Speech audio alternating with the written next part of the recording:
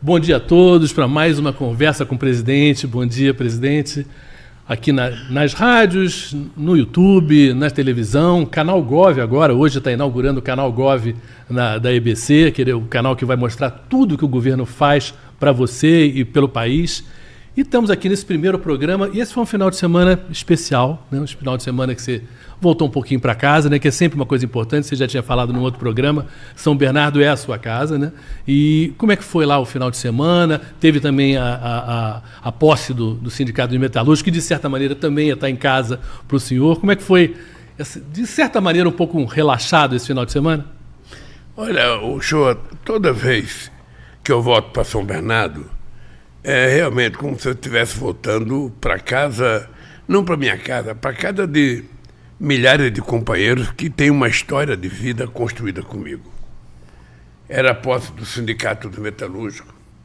O Sindicato dos Metalúrgicos de São Bernardo continua sendo uma referência no movimento sindical brasileiro. O companheiro Moisés tomou posse e eu fui lá, fui eu, foi a Gleice, foi a Janja, foi alguns outros ministros. Uma festa muito bonita, muita emoção. E a Maria Rita, que fez um show espetacular. Ou seja, depois que terminou a posse, a Maria Rita fez um show de 1h30, um belíssimo show, ela estava muito emocionada. Ela, inclusive, lembrou que em 1979, a Elis Regina esteve em São Bernardo do Campo para fazer um ato de solidariedade ao fundo de greve que estava acontecendo em 1979. Então ela chorou e foi uma coisa bonita. E eu voltei vivo. Quando eu encontro com os trabalhadores, ou show, eu volto um pouco renovado. Eu, quando era presidente do sindicato, toda vez que baixava aquele astral, que você achava que as coisas estavam ruins, que as coisas não iam acontecer, eu ia para a porta de fábrica. Eu ficava na porta de fábrica, comentava com um peão, fazia bom dia para outro. E aí você ia percebendo o clima que está dentro da cabeça de cada trabalhador, e aquilo era um estímulo para mim voltar para o sindicato com mais força. O que aconteceu foi isso. As pessoas estão percebendo que o Brasil está mudando. As pessoas estão percebendo que as coisas já estão ficando mais acessíveis a eles. Eles já estão podendo comer caro outra vez. Eles já podem sair com uma sacola cheia no supermercado. Eles estão notando que a gasolina está baixando. Eles estão notando que o petróleo está baixando, que o diesel está baixando. Eles estão notando que o saco de cimento está baixando. Uma pessoa me falou: Lula, olha, eu comecei minha reforma, eu pagava R$40 o saco de cimento, agora está 23. Então, o Brasil vai acontecer. O Brasil vai acontecer porque o Brasil precisa de alegria. O Brasil precisa de motivação. O Brasil precisa de uma relação boa entre quem governa e quem é governado. Aliás, é quem cuida e quem é cuidado, na verdade. Então, eu estou muito otimista, eu passo esse otimismo para os trabalhadores. Eu levo muito a sério, eu vejo as informações, eu acompanho as informações, eu acompanho as especulações políticas, as especulações econômicas. Muitas vezes, parte das coisas que a gente ouve não tem nada a ver com a verdade. Sabe, simplesmente alguém falou uma coisa e transformou aquilo numa coisa importante, quando, na verdade, não tinha importância nenhuma. A economia do Brasil vai dar certo. A economia vai voltar a crescer. O salário vai voltar a crescer. Nós vamos voltar a gerar emprego. O povo vai voltar a comer melhor. E as políticas públicas que nós colocamos em discussão, que já está hoje praticamente todas funcionando, não ainda 100%, porque ela leva um tempo para funcionar, mas as políticas públicas vão funcionar, o dinheiro vai chegar na base, e quando o dinheiro chegar, o dinheiro começa a rodar e você vai ver que a economia vai começar a crescer. Esse é meu otimismo. A imagem do Brasil no exterior voltou a ser uma imagem muito respeitada. Eu tenho viajado muito, eu tenho participado de reuniões importantes. Ainda esse ano eu tenho, sabe, a ONU, eu tenho a África do Sul, os BRICS, eu tenho a Índia, o G20, e tenho a grande reunião que eu vou fazer dia 8 e 9 de agosto em Belém para discutir os países amazônicos. Então eu voltei de São Bernardo, eu diria, renovado, motivado, animado, ciente de que nós estamos no caminho certo.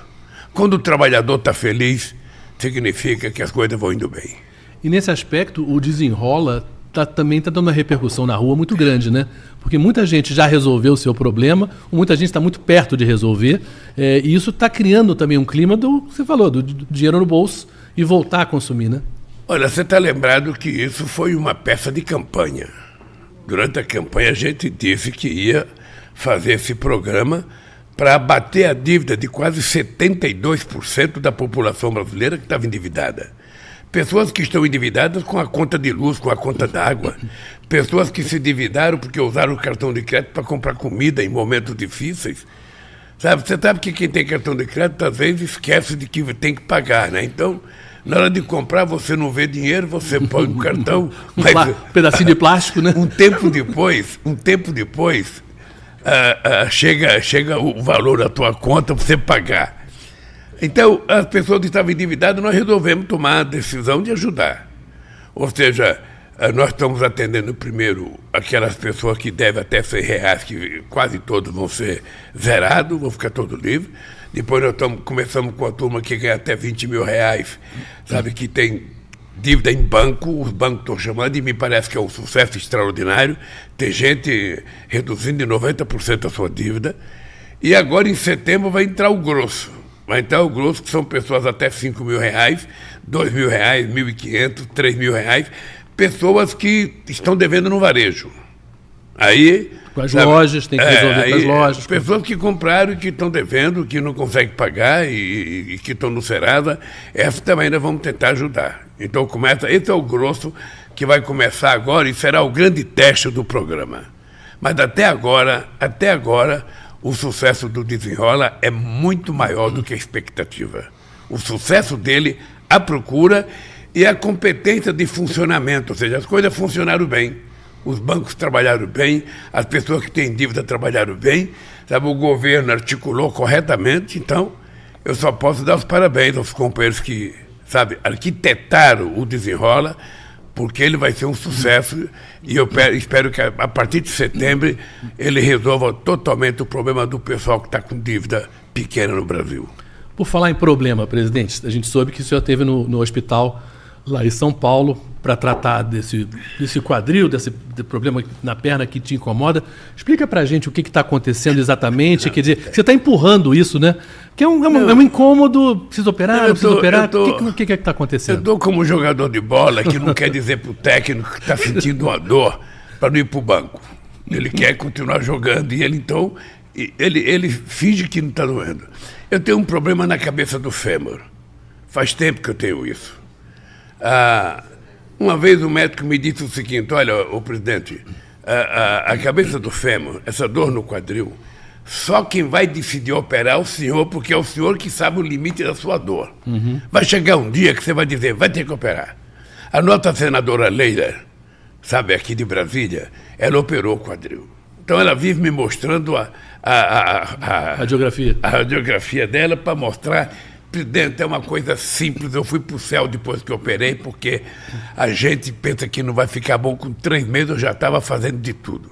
Esse dia eu estava cortando o cabelo e o companheiro que corta o cabelo falou para mim, presidente, eu fiz em setembro do ano passado. Eu fiz em setembro, presidente, eu não conseguia mais sequer calçar o sapato. Eu estou inteiraço outra vez, estou até fazendo esteira. Isso tudo me motivou a tomar uma decisão. Eu quero fazer a cirurgia porque eu não quero ficar com dor. Claro. Olha, deixa eu lhe falar uma coisa, Shoa. Ninguém consegue trabalhar com dor o dia inteiro. Então, eu sinto que às vezes eu estou com mau humor com meus companheiros. Uhum. Eu chego de manhã para trabalhar, quando eu boto o pé no chão já dói.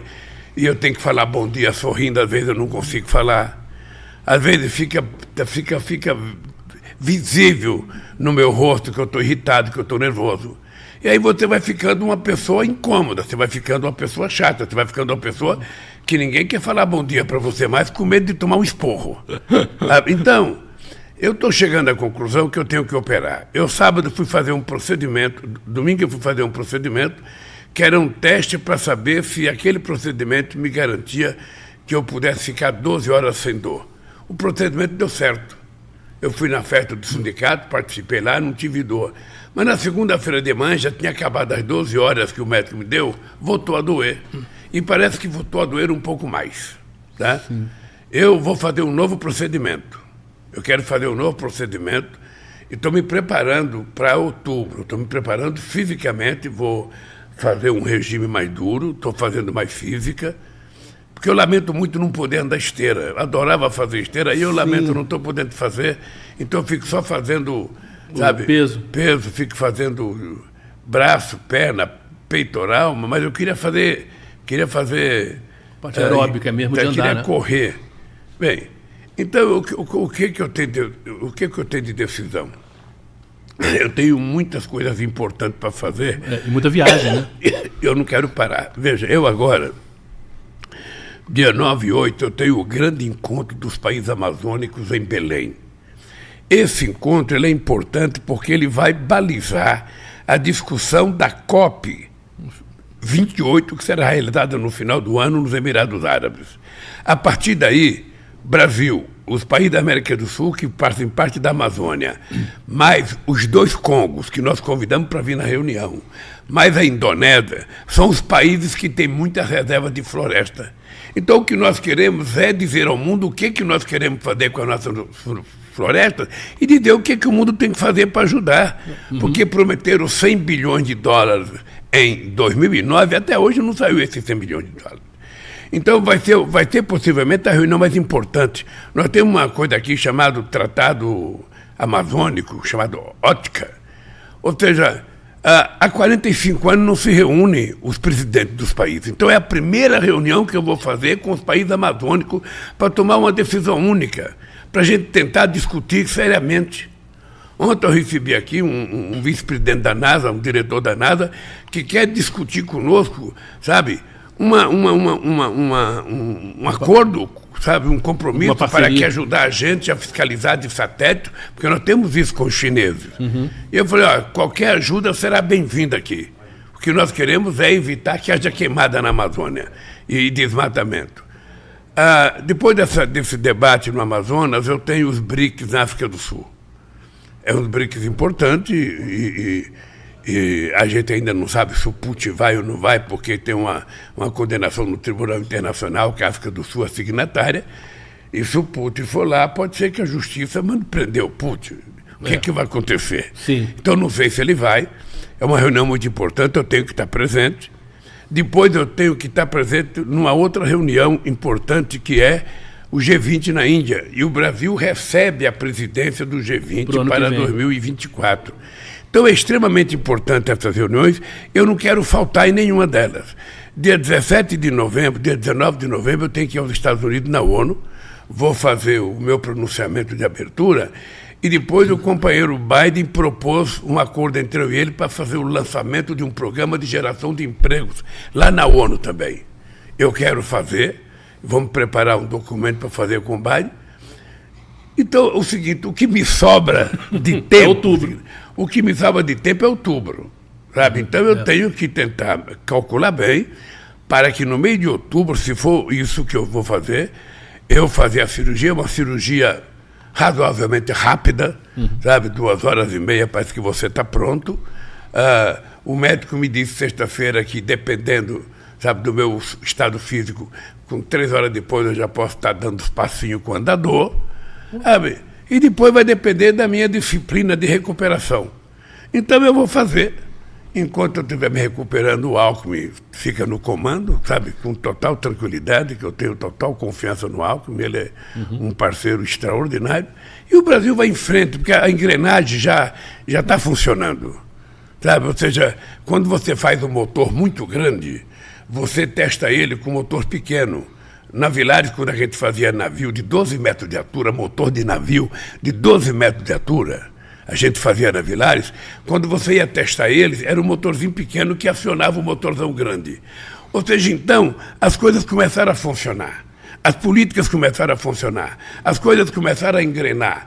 Sabe, universidade, sabe, pesquisa, instituto, tudo está funcionando, o Bolsa Família funcionando, o PA funcionando, a questão da segurança pública funcionando, a Polícia Federal funcionando, ou seja, as coisas estão indo, sabe? Então eu estou tranquilo. Eu estou com essa preocupação só de fazer É uma tranquilidade do ponto de vista científico, porque a medicina está muito avançada nessas operações, e eu vou fazer, porque eu não quero ficar com dor.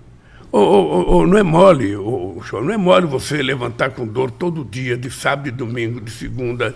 Você não pode entrar na piscina, porque se você fizer movimento com os pés, dói. Sabe? Então é um negócio enjoado. Você já levou o máximo que podia. Eu sou uma pessoa que eu gosto de brincar muito, eu sou um cara de bom humor, então se eu ficar, sabe, mal-humorado, não vai ser legal. Não é você, não vai ser legal. Aí você começa a brigar até com as cachorrinhas, sabe? Não dá, eu quero ficar de bom humor, porque eu quero fazer esse país dar certo. Eu assumi um compromisso com o povo brasileiro. Não quero fazer nenhum milagre, eu só quero que esse povo volte a comer bem, que esse povo volte a trabalhar, que esse povo volte a morar, que as crianças possam estudar em escola de tempo integral, que nós vamos fazer o lançamento agora, escola de tempo integral, para garantir que a criança tenha mais capacidade de estudo, mais tempo de estudo e mais segurança, porque está dentro da escola. A gente vai fazer isso. Eu quero que as pessoas voltem a viver bem nesse país. Quando a família está bem, está tudo bem no mundo. Quando a família está mal, pai e mãe estão se degladiando, estão brigando, está tudo azedo. Sabe? Eu tinha uma coisa que eu dizia sempre assim para a Marisa, quando eu estava no sindicato, eu falava, a gente não pode brigar, porque se a gente briga, você vai trabalhar azedo. Eu não gosto de brigar com a casa. Não gosto de brigar em casa. Às vezes quer brigar comigo, não tem briga. Comigo não tem briga porque eu já brigo lá fora. Eu já aturo Pimenta, eu aturo o Stuka, o Crispiniano, o dia inteiro, o Marcolinho, ou seja, não, eu quero brigar em casa não. Em casa eu quero paz. Em casa eu quero paz e amor. E, se possível, namorar bastante. É assim que é a vida. Essa coisa que você falou de estar bem em casa, né? E uma das coisas dessa semana que vocês fizeram foi o negócio da segurança alimentar, né? De cozinha solidária. Que é uma coisa bem básica, né? Quer dizer, a pessoa, os programas de governo que vão ligados a uma coisa que é mais, que é a questão da fome, que é a questão das refeições, que é a questão aí maior até de você depois, a Conab ter estoque, quer dizer, tudo isso também é nessa direção, né? O PA foi um dos grandes programas que nós criamos no meu primeiro mandato. Um programa excepcional, porque você compra alimento do pequeno e médio produtor rural. Às vezes você compra o excedente, às vezes você compra porque ele não tem preço. O que você não deixa é o alimento estragar na roça. E você compra isso. E você distribui esse alimento para entidades, sabe, filantrópicas. Sabe? Tem milhares de pessoas que precisam desse alimento. Aí o governo compra e distribui. E mais ainda, agora entrou as cozinhas solidárias, que essas cozinhas têm que estar ligadas alguma instituição, alguma entidade que nós também vamos dar, sabe, comida para essas cozinhas solidárias, preparar alimento para as pessoas que estão sem condições de se alimentar corretamente. Então, é muito importante que a gente não deixe. Eu vi uma reportagem esses dias que 30% do alimento se perde entre o campo e a cidade. Ou seja, entre a produção e o consumo, 30% do alimento, né, se perde. Ora, então não é possível se você tem gente com fome e perdendo alimento. Então é preciso que a gente cuide, é por isso que nós criamos o PA. Mas uma coisa importante é que nós também criamos o Mais Alimentos. O Mais Alimentos a gente criou para aumentar a capacidade produtiva do pequeno produtor. Ou seja, se ele colhe 10 laranjas, pode colher 20. Se ele tira de uma vaquinha 3 litros de leite, vamos preparar para ele poder tirar 6. E assim sucessivamente. Então, nós abrimos uma linha de financiamento de máquinas e implementos agrícolas para o pequeno e médio produtor. Sabe que o Brasil tem 4.600.000 produtores que têm até 100 hectares de terra. Essa gente é que produz 99% das coisas que a gente come. Tá? Essa gente que produz. Então, o Mais Alimento ele tem como objetivo fomentar a modernização, sabe, da possibilidade dele aprimorar sua capacidade de trabalho, financiar uma máquina mais barata, um pequeno trator, uma pequena coletadeira, sabe, coisas para ele fazer irrigação. Então, tudo isso nós vamos financiar na expectativa de que ele dobre a produção dele. Se ele dobrar a produção dele, vai cair o alimento, vai ficar mais barato para o povo comer, ele vai ganhar também o que é justo, e ele merece ganhar. E se for o caso, a gente vai exportar. Se for o caso, a gente vai dar mais alimento para o povo comer. É esse país que eu quero entregar quando terminar o meu mandato. Esse país com fartura na mesa. Então eu tenho certeza que isso vai acontecer. Então tudo isso me deixa muito, muito, muito feliz. Às vezes eu vejo muita... Às vezes, você sabe, o Show, você que é um jornalista muito experimentado, você sabe que às vezes também o jornalista vai para o microfone, ele não tem muito o que falar. Então ele começa... Devagar. Ele começa devagar. Então ele fala uma coisa, ele fala, Lula brigou com o Stuka, Lula brigou com o Show, Lula brigou com o Pimenta não foi trabalhar de manhã. Então vai contando coisa que você nem sabe o que aconteceu. Deixa eu te falar uma coisa. O Lula não conversa com o Centrão. O Lula conversa com os partidos políticos individualmente. Eu posso conversar com o PP, eu posso conversar com a União Brasil, eu posso conversar com os partidos que são da base, mas eu não reúno o Centrão. O Centrão não existe. O Centrão é o ajuntamento de um grupo de partidos em determinadas situações. Eles nasceram na Constituinte de 88, com o Roberto Cardoso Alves, com o Fiuza, com o Delfim, sabe? Que não queriam que a esquerda avançasse muito, então quando a gente estava avançando muito nos direitos sociais, criou-se o Centrão, ou seja, todos os partidos mais conservadores se juntaram. Eles estão aí, representados em 50 partidos. Então eu não quero conversar com o Centrão enquanto organização, eu quero conversar com o PP, eu quero conversar com os republicanos, eu quero conversar com o PSD, sabe? Eu quero conversar com a União Brasil. É assim que a gente conversa. E é normal que se esses partidos quiserem apoiar a gente, eles queiram participar do governo e você tentar arrumar um lugar para colocar, para dar tranquilidade ao governo nas votações que nós precisamos para melhor aprimorar o funcionamento do Brasil. É exatamente isso que vai acontecer. Lamentavelmente no Brasil se adota política, sabe, a imprensa trata esse negócio, vai dando o que você recebe. Ou seja, em qualquer lugar do mundo, isso é negociação você faz normal, acordo. Né? Em qualquer lugar do mundo você faz acordo. Tá? Mas aqui no Brasil tudo é dando o que você recebe. Então eu trato isso com mais clareza, eu trato isso com mais simpatia. Ou seja, eu converso com o deputado, eu converso com o senador, eu mandei um projeto de lei, ele não é obrigado a concordar com o meu projeto de lei, ele pode propor mudança, sabe? E às vezes a mudança que ele propõe pode melhorar, às vezes pode piorar. Se piorar, eu veto. Se melhorar, fica. É assim que é o jogo tem que ser à luz do dia, e é assim que nós vamos fazer, é assim que nós vamos governar esse país. E a reforma tributária, de certa maneira, mostrou que isso é possível, né? Era uma reforma que há décadas se falava que isso não vai acontecer, né? São muitos interesses, e passou, né? Quer dizer, o que mostrou que era possível esse acordo e era desejável por todos os lados, né? Deixa eu te dizer uma coisa, João. A política, a gente considera a política a arte do impossível. Porque na política, tudo que parecia impossível pode se tornar possível. Vamos ver o seguinte, em 1989, qual era o analista político do Brasil que imaginava que fosse um torneiro mecânico e o Collor para o segundo turno? Os candidatos presidenciais eram Ulisses Guimarães, o senhor constituinte, era Brizola, que fazia 15 anos que estava exilado e achava que era presidente da República, era Maluf, era FIFA, era Mário Covas, Aureliano Chaves. Eu era o quê? Eu era um bagrinho, eu era um lambari, solto dentro de um lago pro Jaú me comer, pros pintados me comer. Não, terminou eu indo para o segundo turno. Isso não estava na lógica da política. Sabe? E veja que engraçado. Eu fui o segundo em 89, o segundo em 94, o segundo em 98, o primeiro em 2002, o primeiro em 2006, o PT foi o primeiro em 2010, 2014, o segundo em 2018, o primeiro agora. Então as pessoas não podem tratar o PT como se fosse um partido insignificante. É o partido mais organizado e mais forte desse país. E por ser o mais organizado e mais forte, também é o mais alvo de crítica de todo mundo. Quem não é petista Natural. É contra petista. É que nem Flamengo. Quem não é Flamengo é contra o Flamengo. Quem não é Flamengo é incapaz de reconhecer que o Flamengo joga bem. Eu sou vascaíno, a Janja é flamenguista, a gente quebra o pau, sabe? Ela grita, ela fica nervosa. E o meu Vasco está muito ruim. Benza a Deus, o Vasco e o Corinthians, sei lá, ele é um benzedor, sabe? E o que nós estamos vendo?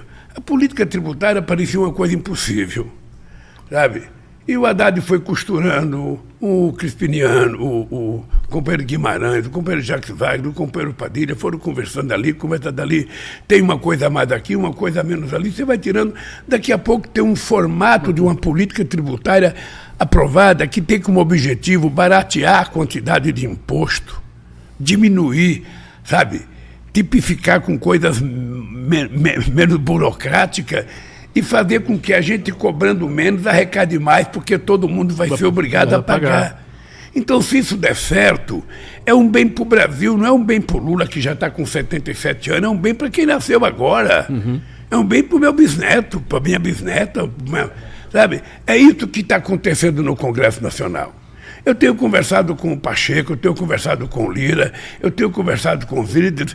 Ora, o que eu sinto, na verdade, é que as pessoas estão com muita boa vontade de fazer as coisas acontecer. O que eu sinto é isso.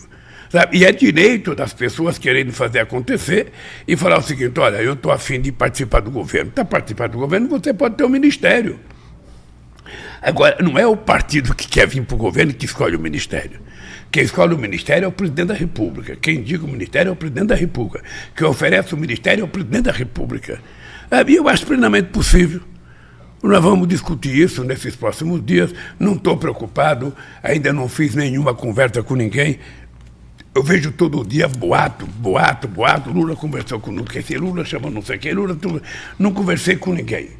Por favor, se tiverem que falar de mim, fala o seguinte: o presidente não conversou com ninguém. Se tiver gente falando que conversou com o presidente, é mentira. É mentira. Quando eu conversar, eu terei todo interesse, que a imprensa saiba, porque não tem conversa sigilosa na minha vida política. E não tem por que esconder, quer dizer, é uma coisa que é para o bem do Brasil, quer dizer, não tem por que teria. O técnico querer escolher o jogador que vai colocar em campo. Ele fica, não vou só no vestiário, só no vestiário. Mas uma hora vai ter que colocar o cara em campo, todo mundo vai saber quem é que vai jogar. E você tem que escolher o cara que vai contribuir mais com o país. Presidente, assim como o Congresso, o senhor tem a sensação, na rua, no Congresso, de que há uma vontade do Brasil de mais paz? E paz, estou falando no sentido de não ser tão agressivo, de poder negociar, de poder conversar, de poder realmente chegar a um acordo para o bem do país e de deixar para trás uma coisa que dividiu a gente. Isso está caminhando nessa direção? Acho que nós estamos caminhando nessa direção. Eu sinto, e todo mundo que fala comigo mostra que tem um clima mais tranquilo. Ainda tem algumas pessoas viciadas no passado. Lamentavelmente, tem algumas pessoas que parece que a cabeça ficou atrofiada e as pessoas não querem evoluir. Em todo lugar, no meio dos trabalhadores, no meio dos empresários, no meio dos intelectuais, no meio dos banqueiros, não é um outro sentimento. Tem muita gente. E nós não podemos ficar brigando com essa gente. O que nós precisamos é ir conversando, tendo paciência. Veja, quando acontece aquilo que aconteceu com o Alexandre de Moraes no aeroporto de Roma, sabe, eu acho que um cidadão que faz isso, ele não é um ser humano que você pode ter respeito por ele. Ele é um canalha. Porque ele precisava pelo menos ser educado. O ministro estava com a mulher, o ministro estava com o filho, porque se vale a moda desse cidadão que vai xingar um ministro que votou uma coisa que ele não gosta, os ministros não terão mais sossego no Brasil. Ou seja, o voto vai ter que ser secreto para que ninguém saiba naquilo que o ministro votou. Porque não é normal. Eu tenho 77 anos, fiz oposição 50, eu nunca xinguei uma pessoa no aeroporto. Se tivesse lá o meu pior inimigo eleitoral, eu cumprimentava ele e ia sentar noutra mesa.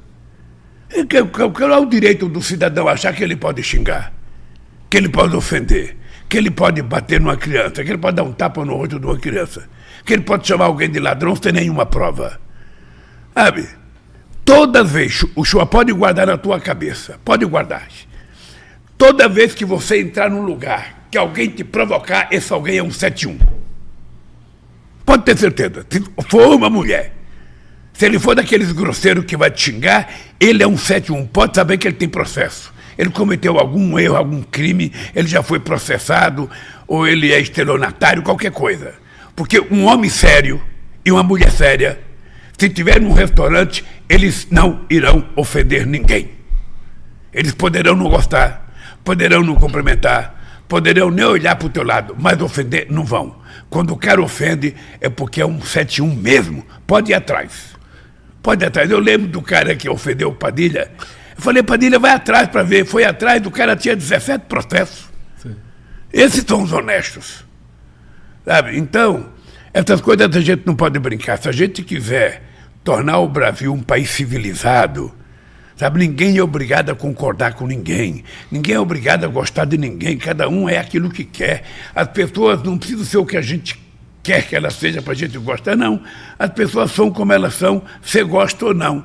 A única coisa que eu peço é o seguinte, vamos nos respeitar. Vamos viver de forma civilizada. Porque, afinal de contas, nós somos tidos como o único animal inteligente, e a inteligência não pode ser usada para irracionalidade. É isso que eu peço ao povo brasileiro. Presidente, nessa direção, o que passou, o Flávio Dino passou agora em relação à questão do armamento, né, de ter um maior controle, diminuir o número de armas no Brasil, e essa coisa que estava louca, estava aberta para tudo, gente comprando 60 armas como se fosse um exército particular. Isso também é muito importante, né? Porque... Olha, o show é extremamente importante. Veja, tinha uma confusão, se pode utilizar arma, se pode liberar CAC, se pode liberar... Não, eu acho que nós temos que ter claro o seguinte, por que o cidadão quer uma pistola 9mm? Por que ele quer? O que ele vai fazer com essa arma?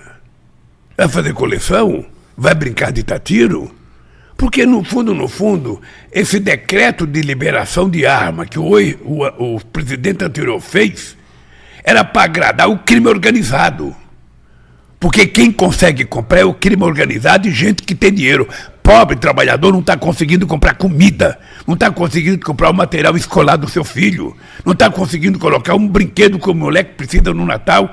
Então como é que as pessoas que trabalham vão comprar fuzil, vão comprar rifle, vão comprar 10 pistolas, 12 pistolas, 15 pistolas? Que diabo é isso?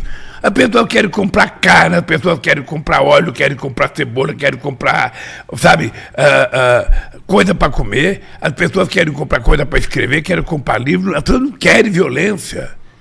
Então tem uma meia dúzia aí de pessoas que querem, não, vamos abrir. Eu, sinceramente, eu não acho que o empresário que tem um lugar de praticar tiro é empresário. Eu, sinceramente, não acho. Eu já disse para o Flávio Dino, nós temos que fechar quase todos, só deixar aberto aqueles que são da polícia militar e do exército, ou da polícia civil. É a organização policial que tem que ter lugar para tirar, para treinar tiro. Não é a sociedade brasileira, nós não estamos preparando uma revolução, eles tentaram preparar um golpe, FIFO. Nós não. Nós queremos é preparar a democracia, fortalecer a democracia, mais participação da sociedade brasileira, mais participação na política, mais participação na escola, mais participação, sabe, em show de artista, mais participação, sabe, na construção de coisas boas, de coisas positivas. Então, para que arma? Até porque o número de mortes de policiais aumentou. Eu sou totalmente contra. Eu quero que você saiba.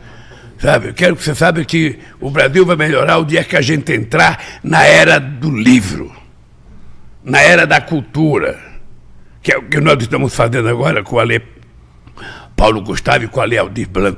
Não sei se você viu o sucesso da Lei Paulo Gustavo. 97% dos municípios brasileiros, melhor, 98%, se inscreveram para receber o dinheiro. Olha, significa que você não tem noção da alegria do prefeito. Eu recebi 2 milhões para a cultura, eu recebi 1 milhão.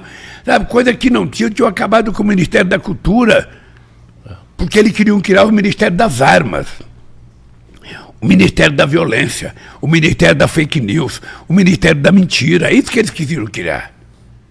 E nós não. Nós queremos fazer com que o povo brasileiro volte efetivamente a ser feliz. E tranquilo, não tem nada melhor do que um pai pegar no braço do seu filho, da sua esposa e passear de sábado à tarde, de domingo à tarde, sem nenhuma preocupação com violência. Então, show, esse país vai ser construído, querido. E eu tenho certeza que você será, sabe, co-participante e co-feitor desse país. Porque nós precisamos juntar as pessoas boas, as pessoas de coração, as pessoas solidárias. Ontem eu estava conversando com as pessoas, sabe o que as pessoas diziam? Ô Lula, no apartamento que eu moro, as pessoas não se cumprimentam no elevador. Aí outra pessoa fala, no meu também não cumprimenta. Ô, gente, a gente entra no elevador, 3, 4 pessoas, arriscado aquele elevador dá um quebra, a gente fica preso lá dentro e as pessoas não se cumprimentam. Um amigo meu falou assim para mim, ó Lula, eu moro num lugar que tem uma senhora que mora sozinha no apartamento da frente. Essa mulher nunca me cumprimentou.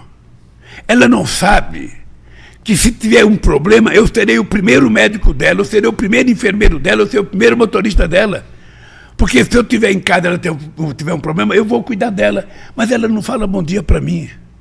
Nunca falou bom dia. Sabe? Então eu não sei o que eu faço. Capaz dela ficar mal, eu correr atrás dela, ela não querer que eu atenda ela. Então, o que eu peço para as pessoas? Gente, a gente não é obrigado a estar no mesmo partido.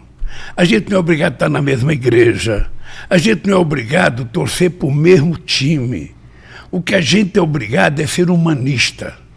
É gostar de gente, é gostar do próximo, é ser educado, é ser respeitoso.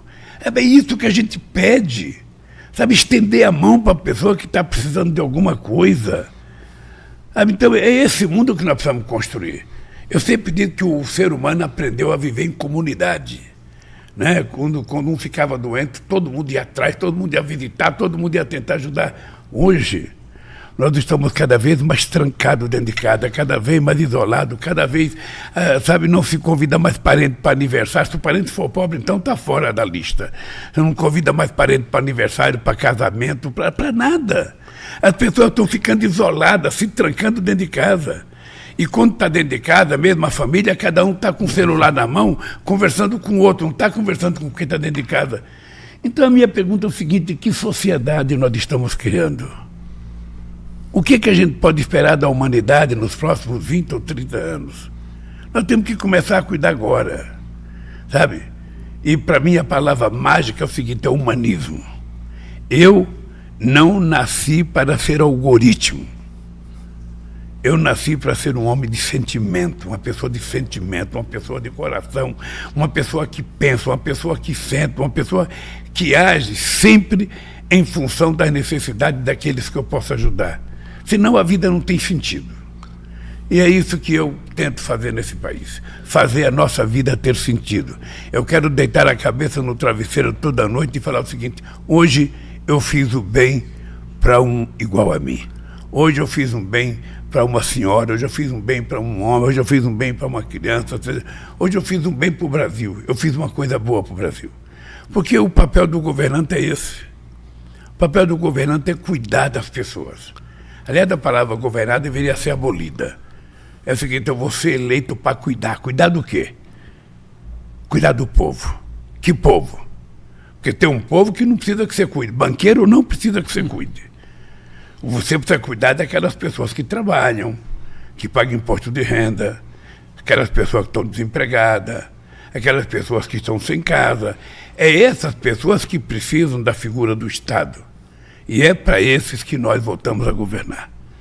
A classe média baixa, sabe fazer ela ganhar um pouco mais, diminuir o pagamento de imposto de renda dela, porque até o final do meu mandato, quem ganha até 5 mil não vai pagar imposto de renda. Escuta o que eu estou falando. Até o fim do meu mandato, quem ganhar 5 mil reais não vai pagar imposto de renda, porque não é possível. O cara ganha 5 mil, paga 2 de aluguel, gasta 2 com comida e ainda vai pagar imposto de renda? Não, quem tem que pagar imposto de renda é quem é rico, quem vive de dividendo, quem sonega. Não é o povo trabalhador. Então, Joa, esse é o meu otimismo, esse é o meu compromisso, e é por isso que eu estou aqui. E é por isso que eu vou fazer a minha cirurgia, se eu precisar fazer, para ficar inteiraço. Porque eu tenho que andar muito esse Brasil, cara. Eu tenho que andar muito esse Brasil para a gente poder levantar a moral da tropa. Presidente, então, para encerrar, essa volta, essa cordialidade, essa paz, essa alegria que você prega, você viveu um pouquinho, né, ontem, né, com a Seleção Brasileira Feminina. Você juntou um timaço de mulheres aqui, né? A Janja estava, as ministras estavam, enfim. Foi uma alegria, né? 4-0 foi uma coisa já boa. Isso é um bom começo pra gente. Né? Eu senti só meio tempo que era muita mulher e eu sozinho de homem. Eu resolvi me mancar. Mas veja, só para você saber uma coisa. Das 17 jogadoras que foram convocadas para a seleção, que estão lá, 17 recebe, das 23, 17 recebe Bolsa Atleta. Tá? Só para você ter ideia. Hoje o Bolsa Atleta tem 7.887 atletas inscritos recebendo uma certa quantia de dinheiro que é variável. Nós criamos esse programa em 2004. Então, por que a gente criou o Bolsa Atleta? Porque as pessoas só conseguem sobreviver, sabe, do esporte quando ela fica famosa. Sim. Se ela ganhar um campeonato de surf, ela fica famosa, vai ganhar publicidade. Se ela ganha de boxe, ela ganha... Mas até chegar lá, às vezes a pessoa não tem dinheiro para comprar um tênis. Um tênis. E não dos melhores, um tênis. Para as pessoas correrem. A maioria das cidades não estão preparadas sequer para ter um atleta profissional. Então, o que a gente fez foi criar um programa para ajudar. O que é importante é que cada prefeito desse país comece a se preocupar em que cada cidade tem um estádio, em volta desse estádio tem que ter pista de atletismo, tem que ter a piscina, tem que ter... Condição da gente poder ver essa meninada ter futuro. Então eu fico feliz. A meninada jogou bem, jogou muito bem. Aquela companheira que marcou os 3 gols, a Ari ela é uma que recebeu Bolsa Atleta. Tá? Ela é uma que recebeu Bolsa Atleta. Então, ela está de parabéns. Plantando dá. Plantando dá. Eu vou voltar aqui. No Brasil, se plantando tudo dá. Na hora que você investe, na hora que você acredita, na hora que você abre a porta das oportunidades para as pessoas, mesmo aquelas pessoas que você imaginava que não ia para lugar nenhum, ela vai. Mesmo aquelas pessoas. Eu vi a história do Santos Dumont no dia de homenagem ao Santos Dumont. Eu não conhecia os detalhes da história. Mas você veja uma coisa, está certo que o pai do Santos Dumont tinha dinheiro, né?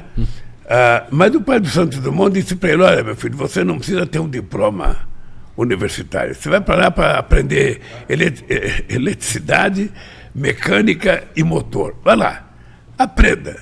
E foi isso que ele foi. E por isso que ele se tornou um inventor extraordinário. Eu acho que o único inventor do avião. Os americanos tentam dizer que foram eles, mas eles fizeram uma catapulta, era quase que um estilingue para levantar avião. O primeiro aparelho mais pesado que o ar que subiu foi o nosso querido Santos Dumont. Que muitas vezes eu acho que no Brasil ele não é muito respeitado, porque se queira muito lembrado, né? O Brasil não está preparado para ter heróis. É engraçado isso, o Brasil às vezes não gosta de ter heróis, sabe? E eu acho que o Santos Dumont é um cara que deveria ser muito respeitado no Brasil, sabe? Porque não só inventou relógio, como inventou relógio de pulso. Inventou relógio de pulso. Ninguém sabe, mas ele inventou. Sabe?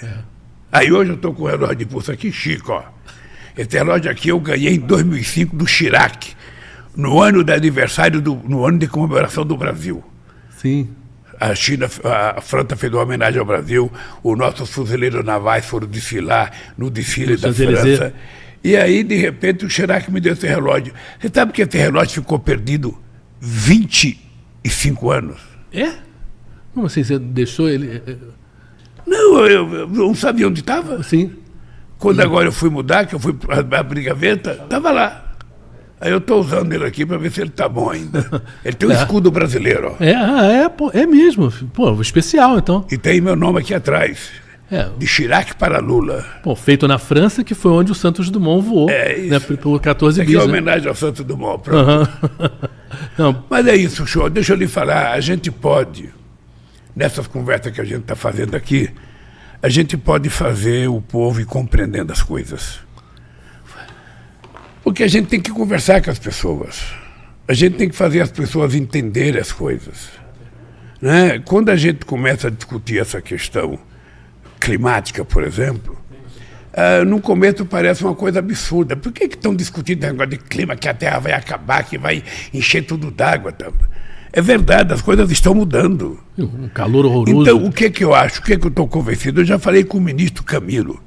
Nós temos que colocar a questão ambiental no currículo escolar. Uma criança, quando começa a aprender, É importante ele saber que Cabral descobriu o Brasil, é importante ele saber que existiu o Zumbi de Palmares, é importante ele saber que existiu o Tiradentes, mas é importante ele saber o que vai acontecer no dia dele. É importante ele chegar em casa e falar para a mãe dele, você não está fazendo coleta seletiva do lixo, precisa colocar o lixo correto. Sabe? Ô pai, você não pode fazer isso de errado. Você não pode ficar cortando uma árvore. Ora, se nós temos 30 milhões de hectares de terras nesse país degradadas que pode ser recuperada, por que um cidadão tem que cortar uma árvore de 200 anos para fazer cadeira, para fazer cama? Ele que planta uma árvore, quando ela crescer, ele corte. Ele que recupera essa terra degradada e vamos plantar. Planta o que ele quiser, planta mogno, planta figueira, planta pau-brasil, planta jacarandá, escolha o que quer plantar e plante. Mas não fique derrubando o que não é seu, porque o que existe lá é do povo brasileiro e é da humanidade. E nós vamos cuidar com muito carinho e muito amor. Obrigado, presidente. Mais um programa aqui, Conversa com o Presidente, uma muito gostosa conversa. Todo mundo, agradeço aí que todo mundo que ouviu a gente no YouTube, quem vai ver mais tarde, nas rádios também, no canal Gov agora, que está inaugurando hoje aqui em Brasília, e vai passar para todo mundo saber tudo que o governo está fazendo para a sua vida e para o país de uma maneira geral. Enfim, terça-feira que vem a gente está junto de novo. Muito bem.